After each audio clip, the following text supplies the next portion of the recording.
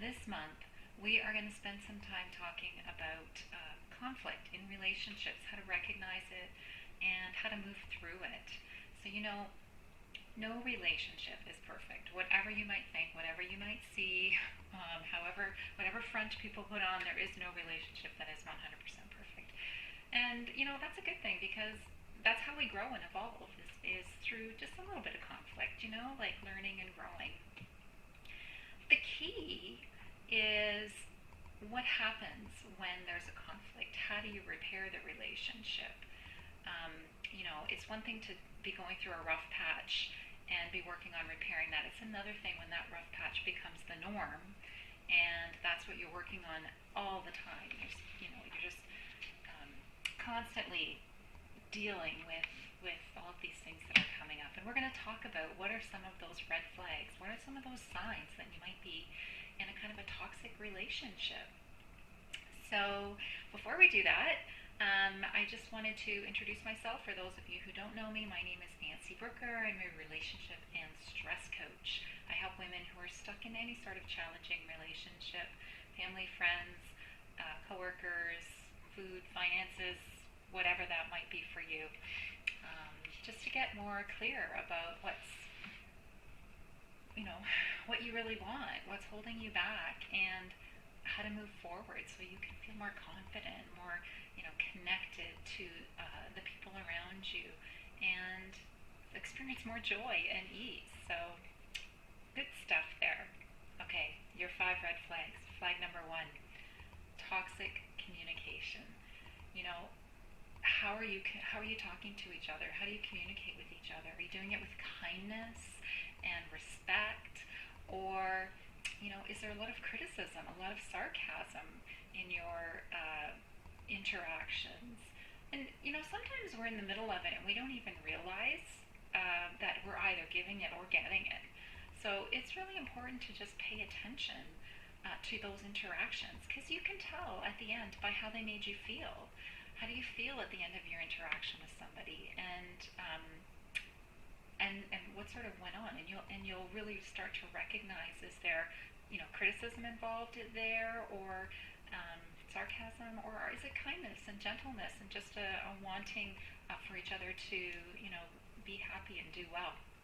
And according to the Gottman Institute, which we've talked about many times, criticism is one of their 4 horsemen of the apocalypse. That's the relationship breakers, the 4 relationship breakers.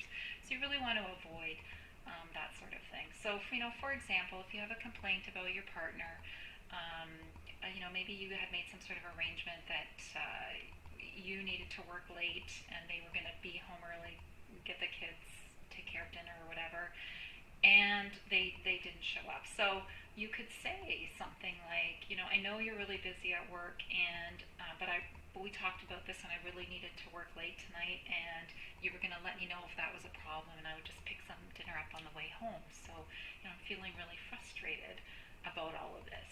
Or you could say, you think your job's more important than mine, and you just do whatever you want.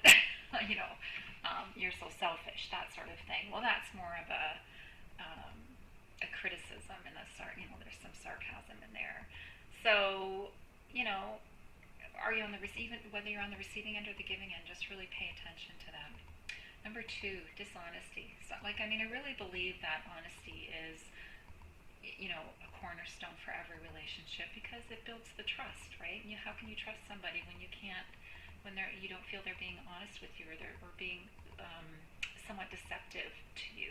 And so, there's a difference between, we all tell little white lies. There's a difference between, I really love the meatloaf you spent all afternoon making, and, lying about where you've been, or, what you've spent money on, or something that you're hiding. Those are completely different things. So honesty is really important. So do you have that in your relationship? Do you have support? Do you feel like, in a relationship, it should be based on a mutual desire to see the other person succeed, that you really want the other person to do well. It's not a competition. It's this mutual support system, encouragement, that sort of thing. Do you feel supported? Do you feel encouraged? Or do you feel like you're sort of getting the short end of the stick? Are you, do you feel like your needs matter and your interests matter? Or do you feel like you're always giving and going along with what the other person wants? Do you feel like the other person has your back? So, this could be something like, I don't know, you wanted to take a course, I don't know, how to change the oil in the car or something, and you agreed on a certain night, and then, your partner then goes and books something and takes off that night, and you're stuck and you can't go, and, you know, you have no sitter or whatever. And it seems to be a repeating pattern where that happens. Or it could be that you feel like you're doing all the work around the house, or um, I don't know, something in that realm. So just think about that. How balanced is your relationship? How mutually supportive is it? Because that's really important. So sign number 3, really on number 3, avoidance. So there's a difference between, like, two bulls in a china shop, and really just dealing with whatever issues are going on. And they really don't, doesn't matter what you think. If you ignore the problem long enough, it really doesn't go away. It just sort of festers and becomes worse and worse and worse. And the next thing you know, everybody's resentful, everybody's stressed, and the monster grows. So you really just, you want to avoid avoiding, and really deal with things as they come up, because the last thing you want to do is build a mountain of issues when they could have been cleared, as you went along, repaired as you went along. Number 4, lack of self-care. Do you find that you have just given up your self-care routine? Maybe you're not seeing your family and friends. Maybe you're not doing some of the things that you really enjoy in life. Maybe you're neglecting your health. Maybe you have no energy left because you feel like you're giving, and you're not doing anything for yourself. That's a sign that there's something not right, and something very important to look at. Because your self-care habits, they always say oxygen mask on you first so you can take care of other people. And in life, that's a general rule. You really need to take care of ourselves if we're going to be any good to anybody, including ourselves, right? Number 5, contempt. Just plain being mean.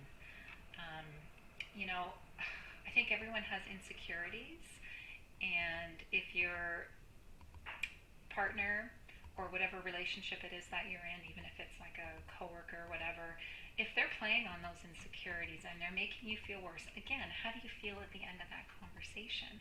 Or do you feel like you've been supported, or do you feel like somebody's undermining and trying to, like, dig and sort of highlight those insecurities that you already have, just whittling away at your self-confidence? That's obviously not helpful. And according to the Gottman Institute, just being mean, it's really that it fuels contempt.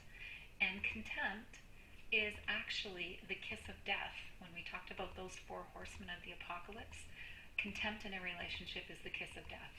You're very unlikely to be able to recover from that. So again, just going back to being kind and supportive, and at the end of the day, always, how does that relationship make you feel? Do you feel loved and supported? Do you feel encouraged? Or does every interaction just sort of make you shrink and feel smaller? So really paying attention to that. So those are your 5 signs, red flags to watch for. Is there toxic communication? Is there dishonesty? Are you avoiding dealing with each other? Is there contempt? Is there a lack of support? Are you not supporting each other? So all definitely things that need to be looked at and repaired. So in the next few weeks, we'll sort of talk about how to repair some of those conflicts in your relationships as well too. So that's it for me for today. Thank you so much for listening. Hopefully you don't recognize yourself in too much of this, but if you do, if you need any additional support with that, please connect with me. Come visit me over on my Facebook page at Living in Yes. Download one of the freebies below. 7 simple ways to de-stress will really help you out if you're stressed out in any sort of relationship. And we'll talk to you soon. Take care. Bye.